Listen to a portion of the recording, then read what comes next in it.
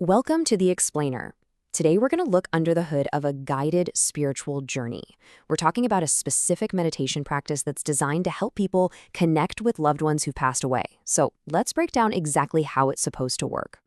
So you might be a firm believer, or maybe you're just curious about how these kinds of practices are structured.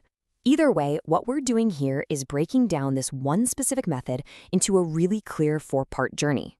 We're going to look at all the key stages, from getting ready all the way to the actual reunion and see how it all fits together. Okay, so before you can go on any kind of inward journey, the very first step, and this is super critical, is creating a safe and stable foundation. This whole first part is about getting your body and your spirit ready for what's to come. What's really interesting here is how it mixes the physical with the metaphysical. It's a lot like techniques you'd find in mindfulness, actually. It all starts with getting your body aligned. Straighten your spine so energy can flow.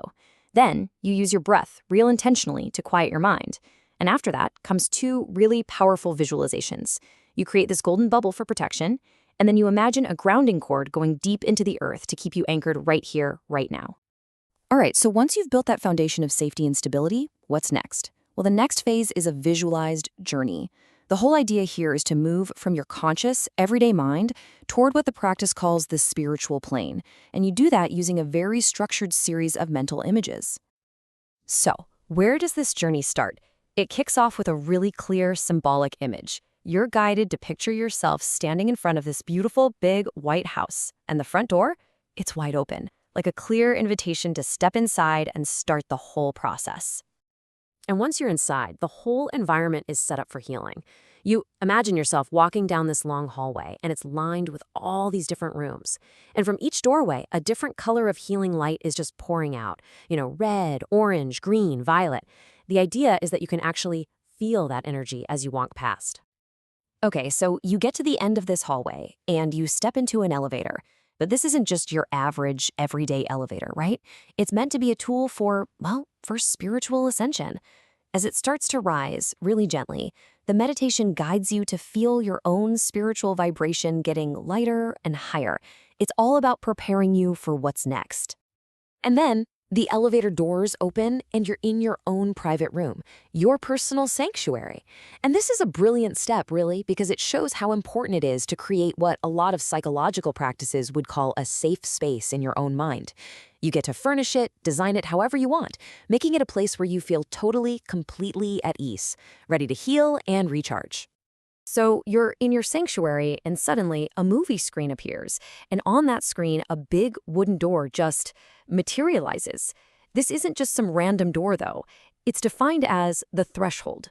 This is it. This is the critical gateway you have to step through to go from your inner world into the world of spirit. All right, so we've crossed the threshold. Now we get to the real heart of the whole experience, the meeting on the other side. This next part is all about what that reunion is supposed to look and feel like. The moment you step through that wooden door, everything changes. The whole environment transforms. Suddenly, you're in this vibrant, lush green forest, and the meditation really pushes you to engage all your senses here, to actually feel the cool grass under your feet, to smell the flowers in the pine, to hear a waterfall and animals off in the distance. And in the middle of this forest, you come across a building made completely out of clear quartz crystal. And get this, the key detail is that it has no ceiling. That's totally intentional. It's meant to symbolize a limitless connection to the divine. And it's right here that you're joined by these smiling angels who just shower you in what's described as divine white light.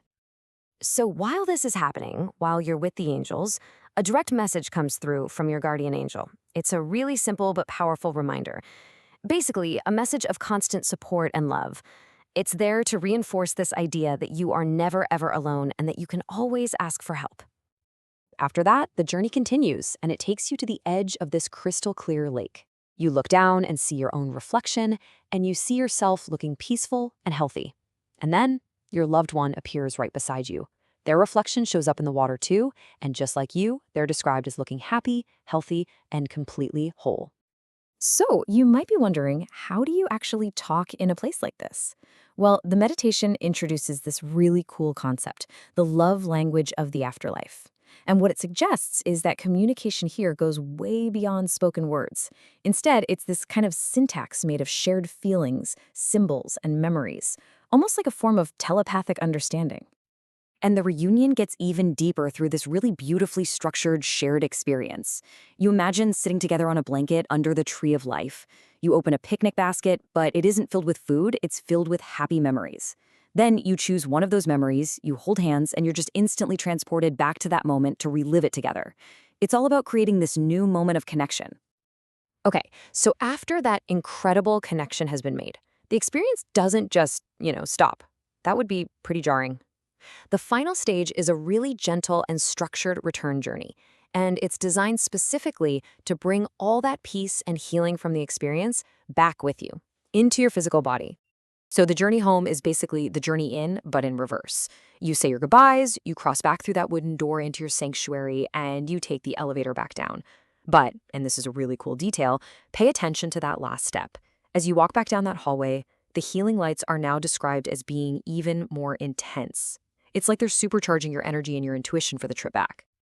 And for the very last step, to complete the whole process and get fully reintegrated, it all comes down to a simple, conscious command. You just mentally say the words, "I call my energy back." And that's the trigger that grounds you completely, bringing all of your awareness back into your physical body and back to the room you're in. So, what's the big takeaway here? The most crucial point is that this method isn't just some random daydreaming. It's a really systematic journey with clear, purposeful stages. It hammers home the importance of preparation and protection first, then it follows this very structured path of visualization.